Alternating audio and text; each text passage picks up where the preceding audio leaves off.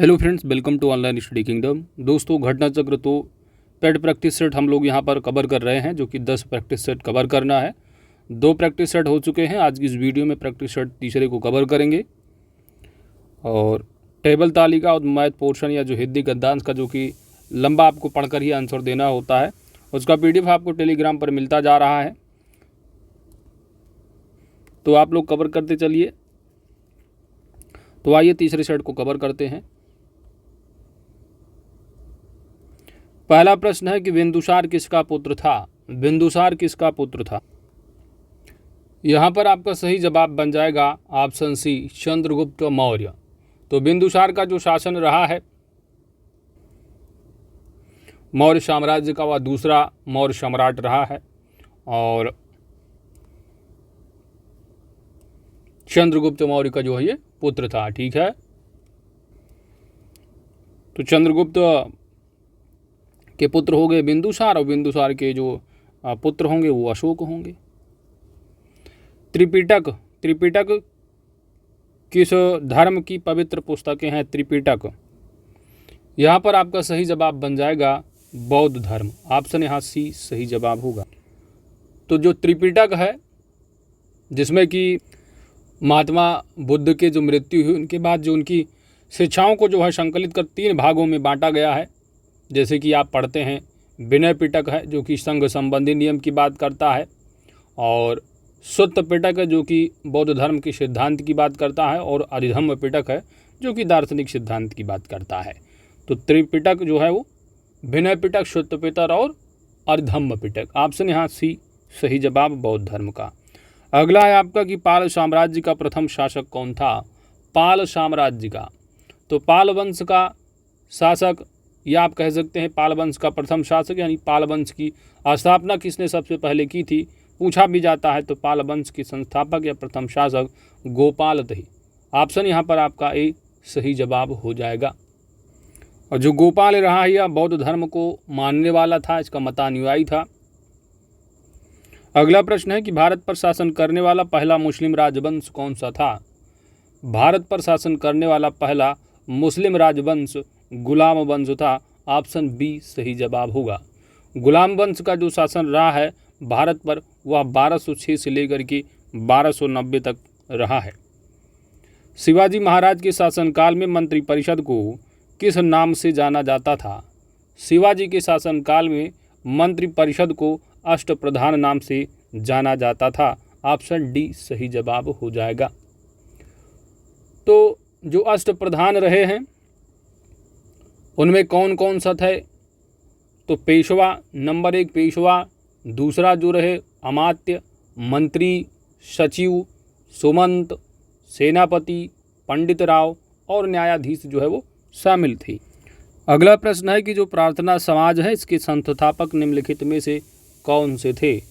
प्रार्थना समाज, तो प्रार्थना समाज की स्थापना वर्ष 1867 ईस्वी में बम्बई में आचार्य केशव चंद्र सेन की प्रेरणा से आत्माराम पांडुरंग द्वारा की गई थी। ऑप्शन यहाँ पर आपका बी सही जवाब हो जाएगा। अगला तथ्य है काकोरी षड्यंत्र मामला किस वर्ष में हुआ था। काकोरी षड्यंत्र जो मामला है, काकोरी अब इस जो षड्यंत्र रहा, षड्यंत्र की जगह अब ये हटा दिया गया है, अब इसकी जगह हो गया काकोरी ट्रेन एक्शन। आप जानते हैं उत्तर प्रदेश सरकार के द्वारा नाम जो है वो बदलवा दिया गया। ठीक है, उत्तर प्रदेश। तो यह काकोरी जो ट्रेन एक्शन है ये कब का रहा है, तो यह जो है डेट जो रही है वह 9 अगस्त 1925। ठीक है, तो ऑप्शन यहाँ पर आपका ए सही जवाब होगा। सुभाष चंद्र बोस ने निम्नलिखित में से किस पार्टी की स्थापना की थी। यहाँ पर सही जवाब बन जाएगा ऑप्शन डी फॉरवर्ड ब्लॉक की। तो 1929 का जो त्रिपुरी अधिवेशन होता है वहाँ पर कांग्रेस की अध्यक्षता के पद के लिए जो है ये सुभाष चंद्र बोस जी जाते हैं, लेकिन गौतम जो महात्मा गांधी जी रहे, गांधी, तो उन्होंने क्या है पट्टाभी सीतारामैया को इलेक्शन में खड़ा किया था अध्यक्ष के लिए, लेकिन मतभेद हुआ, हार गए पट्टाभी सीतारामैया। गांधी जी कहने लगे अब इनकी हार तो हमारी हार है। तो तभी जो है सुभाष चंद्र बोस वहाँ से इस्तीफा देकर निकलते हैं और फॉरवर्ड ब्लॉक की स्थापना 1939 में करते हैं। ऑप्शन यहाँ डी सही जवाब है। अगला है कि वह कौन सा अधिनियम था जिसने भारत में सत्ता ब्रिटिश ईस्ट इंडिया कंपनी से ब्रिटिश क्राउन में स्थानांतरित की थी। कौन सा अधिनियम था? यहाँ पर आपका सही जवाब बन जाएगा भारत सरकार अधिनियम 1858। ऑप्शन यहाँ पर ए सही जवाब है। स्वराज पार्टी के निर्माण में मोतीलाल नेहरू के साथ निम्न में से किसकी प्रमुख भूमिका थी? स्वराज पार्टी। तो स्वराज पार्टी का जो गठन है वह जनवरी 1923 ईस्वी में होता है। 1923 में, तो 1923 में स्वराज पार्टी का गठन किया जाता है और इसमें जो है मेन जो साथ होते हैं CR दास यानी चित्तरंजन दास और मोतीलाल नेहरू। तो ऑप्शन यहाँ पर आपका डी सही जवाब होगा।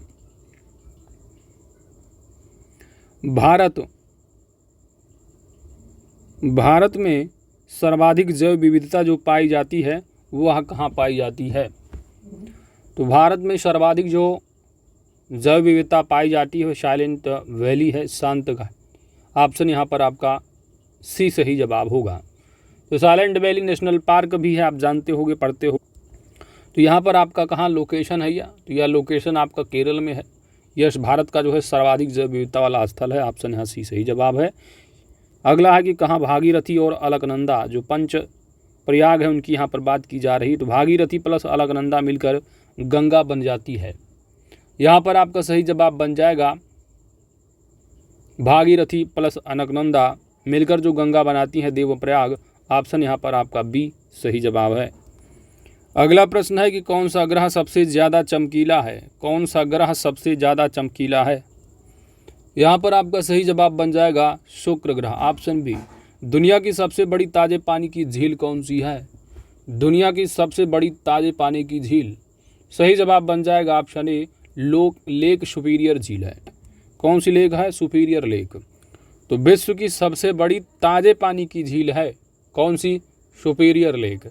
इसके अलावा यदि पूछा जाता है विश्व की सबसे बड़ी झील पूछा जाता है तो आप बताइएगा कैस्पियन सागर, जो कि खारे पानी की भी झील है सबसे बड़ी। अगला है आपका दक्षिण भारत की सबसे ऊंची चोटी कौन सी है?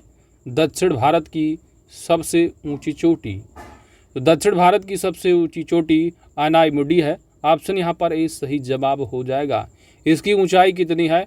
तो 2695 मीटर की ऊंचाई है। और या इसके बाद अनाईमुडी के बाद जो दूसरी सबसे ऊंची चोटी है वो दोदा बेटी है, जो कि नीलगिरी पहाड़ी की सबसे ऊंची चोटी है, जिसकी ऊंचाई जो है 2695 है। तो 2695 अनाईमुडी की है और 2637 जो है ये आपका दोदा बेटा का है। ठीक है, तो दक्षिण भारत की सबसे ऊंची चोटी अनाईमुडी। वहीं पर पूछा जाता नीलगिरी की, तो आप क्या बताओगे? दोदा बेटा। अगला प्रश्न है कि हिंदू रेट ऑफ ग्रोथ शब्द किस प्रस्तावित किया है? तो हिंदू रेट ऑफ ग्रोथ जो है वह पद भारतीय अर्थशास्त्री राज कृष्णा की देन है। ऑप्शन यहाँ पर आपका बी सही जवाब है, जो कि भारतीय अर्थव्यवस्था GDP की निम्नतम वृद्धि दर से संबंधित है। Hindu rate of growth. Bharat के कृषि क्षेत्र में सामान्यतः किस प्रकार की बेरोजगारी पाई जाती है? भारत के कृषि क्षेत्र में सामान्यतः किस प्रकार की बेरोजगारी पाई जाती है? यहाँ पर आपका सही जवाब बन जाएगा कि भारत में कृषि क्षेत्र में सामान्यतः जो बड़ी मात्रा में बेरोजगारी है वह प्रच्छन्न बेरोजगारी है। ऑप्शन यहाँ पर आपका सी सही जवाब बन जाएगा। जो किसानों में गरीबी के प्रमुख कारणों में से एक होती है प्रच्छन्न बेरोजगारी। अगला प्रश्न है कि भारत में हरित क्रांति का जनक किसे कहा जाता है? भारत में तो भारत में हरित क्रांति का जनक MS स्वामीनाथन को कहा जाता है। और भारत में जो है शुरुआत 1966 और 67 में हरित क्रांति की हुई थी। वहीं पर अगर विश्व का पूछा जाता तो आप लगाते नॉर्मन बोरलॉग, जो कि ऑप्शन में है नहीं। अगला है आपका श्वेत क्रांति। श्वेत क्रांति का जो संबंध है वह किससे है? श्वेत क्रांति, तो श्वेत क्रांति का जो संबंध है वह दुग्ध उत्पादन से है। ऑपरेशन फ्लड या श्वेत क्रांति पूछा जाता है तो ऑपरेशन यहाँ पर दूध आप लगाइएगा, मिल्क। वित्तीय वर्ष 2022-23 में जो राजकोषीय घाटा है वह कितना है? वित्तीय वर्ष 2022-23 में राजकोषीय घाटा GDP का 6.4% है। ऑप्शन यहाँ पर आपका डी सही जवाब है।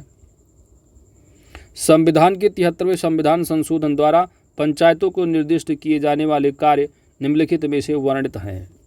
73वां संविधान संशोधन पंचायती राज से संबंधित है, जो कि भाग 9 में ऐड किया गया है। और अगर शेड्यूल्ड पूछा जाता है तो आप बताइए, 12 ही सूची दे रखी है तो 13 जो दे दिया अपने आप गलत हो गया। और जो सूची जोड़ी गई है वह 11वीं सूची है पंचायती राज से। 12वीं में जो है म्यूनसिपालिटी है, तो यहाँ पर आपका ए सही जवाब बन जाएगा।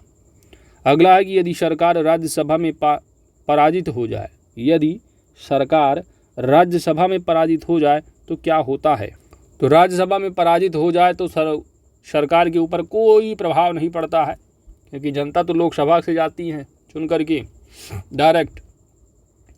तो आर्टिकल नंबर 75(3) में सीधे सीधे कहा गया है कि जो सरकार होगी वह किसके प्रति जिम्मेदार होगी सामूहिक रूप से, तो लोकसभा के प्रति जिम्मेदार होगी, उत्तरदायित्व होगा लोकसभा के प्रति, ना कि राज्यसभा। तो यहाँ पर उपयुक्त में से कोई फर्क नहीं पड़ने वाला, ऑप्शन डी सही जवाब है।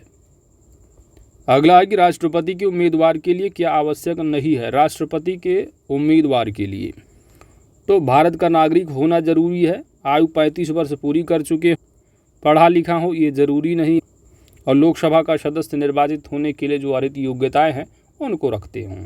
तो बातें सब लिखी गई हैं सही सही। यहाँ पर ऑप्शन जो बी दिया है यह गलत है, पढ़े लिखे की कोई बात नहीं की गई है। अगला प्रश्न है कि निम्नलिखित युग्मों में से कौन एक सुमेलित नहीं है।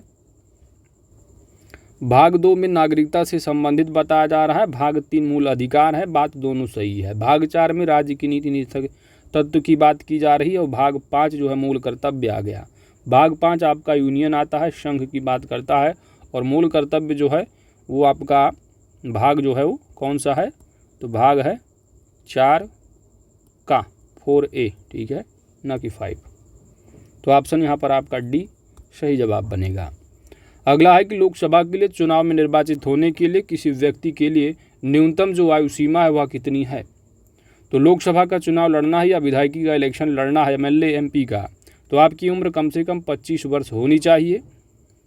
वोटिंग के लिए तो 18 वर्ष है। 21 वर्ष जो गांव का प्रधानी का चुनाव लड़ना है या पंचायती सदस्य का, तो आपको 21 वर्ष जरूरी है। आगे बढ़ते हैं। तो यहाँ पर पूछा क्या गया, आंसर मालूम हो गया होगा ना, लोकसभा, यानी ऑप्शन सी सही जवाब है। न्यूटन का पहला नियम क्या है। तो न्यूटन का पहला नियम के रूप में जाना जाता है। तो न्यूटन का जो पहला नियम है, इस नियम को किस नाम से जानते हैं। सही जवाब बन जाएगा जड़त्व का नियम। जड़त्व का नियम। तो जड़त्व का नियम या पहला जो नियम है वो कहता है यदि कोई वस्तु है विरामावस्था अथवा गतिज अवस्था में, तो तब तक वह उसी अवस्था में रहेगी जब तक उस पर कोई बल कार्यरत ना हो। इसे आप जड़त्व का नियम भी कहते हो। अगला है कि प्रति सेकंड होने वाले दोलनों की संख्या को क्या कहते हैं। यहाँ पर आपका सही जवाब बन जाएगा प्रति सेकंड होने वाले दोलनों या कंपनों की जो संख्या है वह कहलाती है फ्रीक्वेंसी, आवृत्ति। ऑप्शन यहाँ पर ही सही जवाब होगा। आवृत्ति का जो मात्रक है वह होता है कंपन पर सेकंड या हर्ट्ज, ठीक है। अगला है कि न्यूलैंड्स के अष्टक नियम के अनुसार निम्नलिखित में से किसमें सोडियम के समान गुण होते हैं। यहाँ पर सही जवाब बन जाएगा ऑप्शन डी लिथियम। अगला है कि दूध में पाया जाने वाला जो मुख्य प्रोटीन है वह कौन सा है। दूध में पाया जाने वाला मुख्य प्रोटीन जो होता है वह होता है कैसीन। ऑप्शन डी सही जवाब है। बेरी जो रोग है निम्नलिखित में से किसकी कमी के कारण होता है। बेरी रोग। बेरी जो रोग है वह विटामिन B1 की कमी से होता है। ऑप्शन यहाँ पर बी सही जवाब हो। मैथ के लिए आप टेलीग्राम ज्वाइन करिए, वहाँ पर मिल जाएगा पार्ट।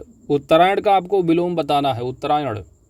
उत्तरायण का विलोम क्या होगा। उत्तरायण का विलोम होगा दक्षिणायन। ऑप्शन यहाँ पर आपका सी सही जवाब है। वह स्त्री जिसका पति परदेश यानी विदेश गया हो, वाक्यांश के लिए एक शब्द क्या होगा। तो वह स्त्री जिसका पति परदेश या विदेश गया हो उसके लिए जो हो जाएगा प्रोषित पतिका। ऑप्शन यहाँ पर आपका सी सही जवाब है। निम्नलिखित में से यमुना का पर्यायवाची शब्द कौन सा नहीं है। यमुना का, तो यमुना के पर्यायवाची यहाँ पर हंससुता है, अर्कजा है, कृष्णा भी है, लेकिन जो कूलंकषा है यह नहीं है, कि कूलंकषा जो है यह नदी का पर्यायवाची होता है। ऑप्शन डी सही जवाब है। 39 नंबर है कि प्रयोजन का समानार्थी शब्द नहीं है। प्रयोजन का, तो प्रयोजन का जो समानार्थी शब्द होगा वह हेतु है, लक्ष्य है, उद्देश्य है, लेकिन नियोजन नहीं होगा। ऑप्शन डी सही जवाब है। अगला है कि बहिष्कार का आपको संधि विच्छेद करना है। बहिष्कार का संधि विच्छेद क्या होगा? तो बहिष्कार का जो संधि विच्छेद यहाँ पर आप देख रहे हैं विसर्ग संधि आ रहा है, तो यहाँ पर विसर्ग से पहले यदि कोई इकार या उकार हो जाता है बहिष्कार, तो जब भी विसर्ग के पहले यदि कोई इकार या उकार हो और विसर्ग के बाद का जो वर्ण है वह का, खा, पा, फा ये हो, तो उसकी जगह क्या है? सा हलंत वाला हो जाता है।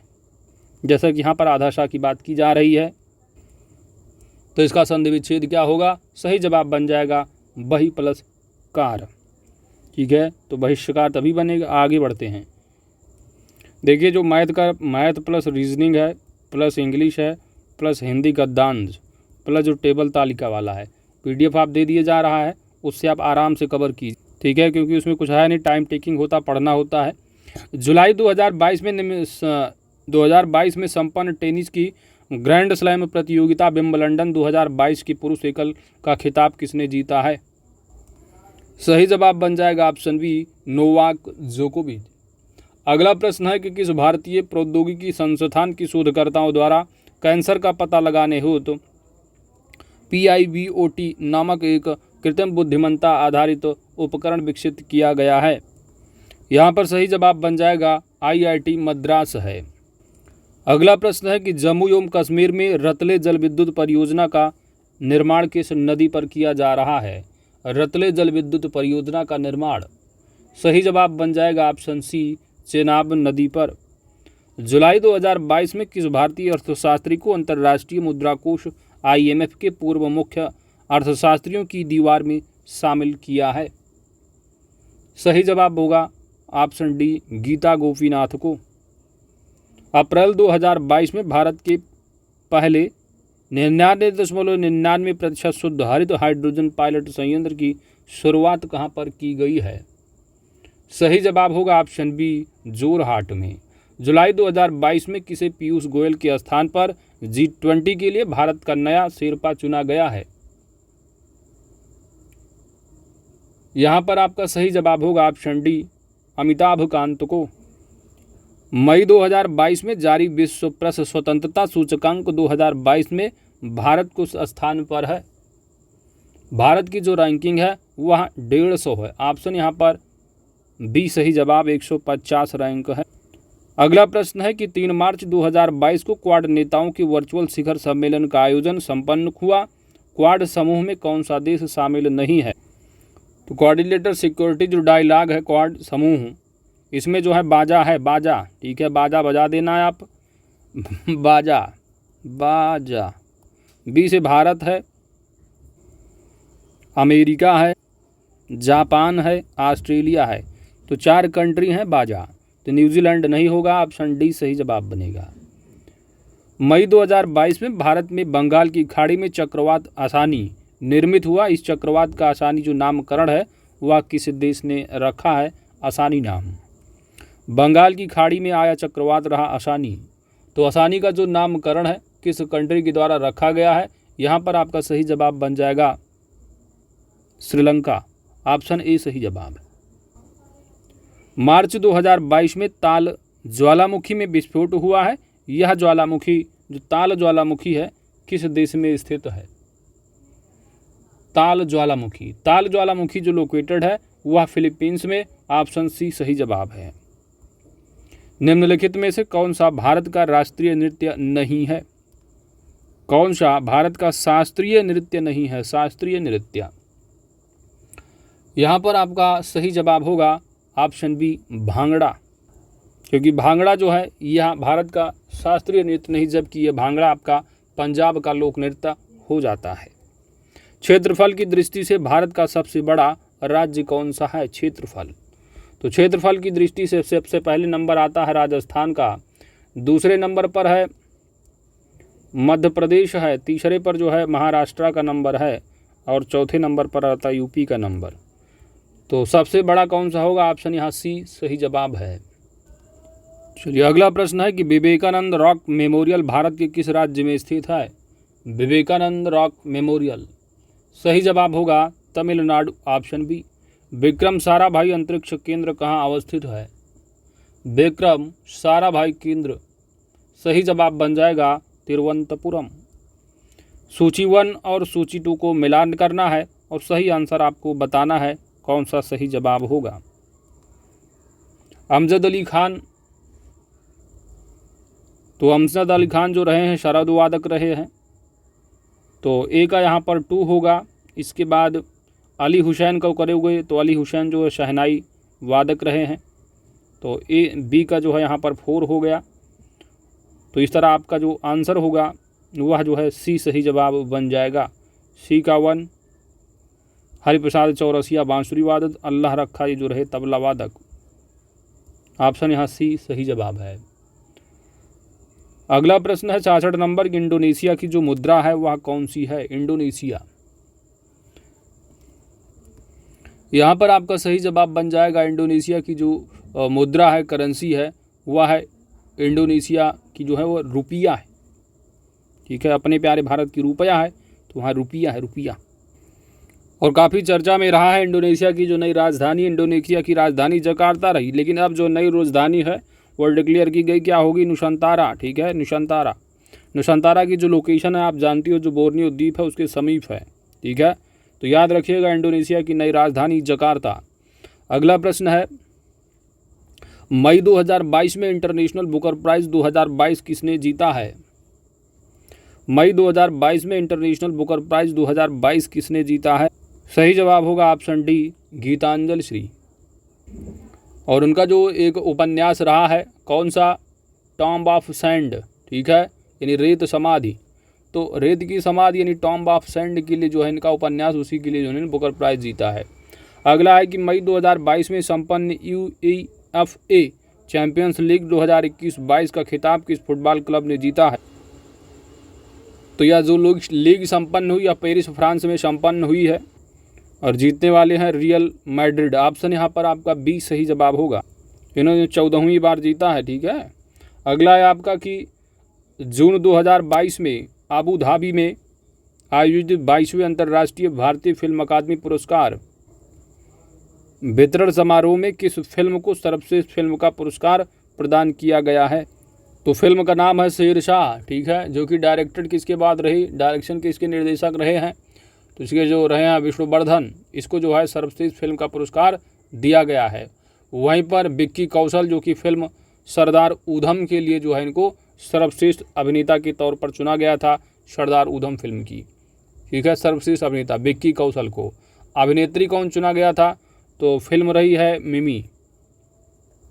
तो फिल्म मिमी के लिए जो है सर्वश्रेष्ठ अभिनेत्री के रूप में कृति सैनन को। ठीक है, अगला है प्रतिवर्ष विश्व खाद्य सुरक्षा दिवस कब मनाया जाता है। प्रतिवर्ष विश्व खाद्य सुरक्षा दिवस, तो हर साल विश्व खाद्य सुरक्षा दिवस 7 जून को मनाया जाता है। और वर्ष 2022 में जो मनाया गया है इसका जो थीम है वो है सुरक्षित भोजन बेहतर स्वास्थ्य। सुरक्षित भोजन बेहतर स्वास्थ्य। इसके बाद आपका गद्यांश आता है, तो इसका आप टेलीग्राम पर PDF मिल ही जाएगी, पढ़ करके आप आराम से आंसर दीजिए। इसके बाद टेबल तालिका वाला भी कैलकुलेशन का ही खेल है, कुछ है नहीं इसमें। तो PDF के माध्यम से आप लोग अच्छे से प्रैक्टिस कीजिए, आंसर आपको मिल ही जा रहा है। तो वीडियो को लाइक शेयर जरूर कीजिएगा दोस्तों ने चैनल पर नए हैं तो सब्सक्राइब भी कर लीजिएगा, क्योंकि आपकी सब्सक्रिप्शन ही हमारी ताकत है। Thanks for watching.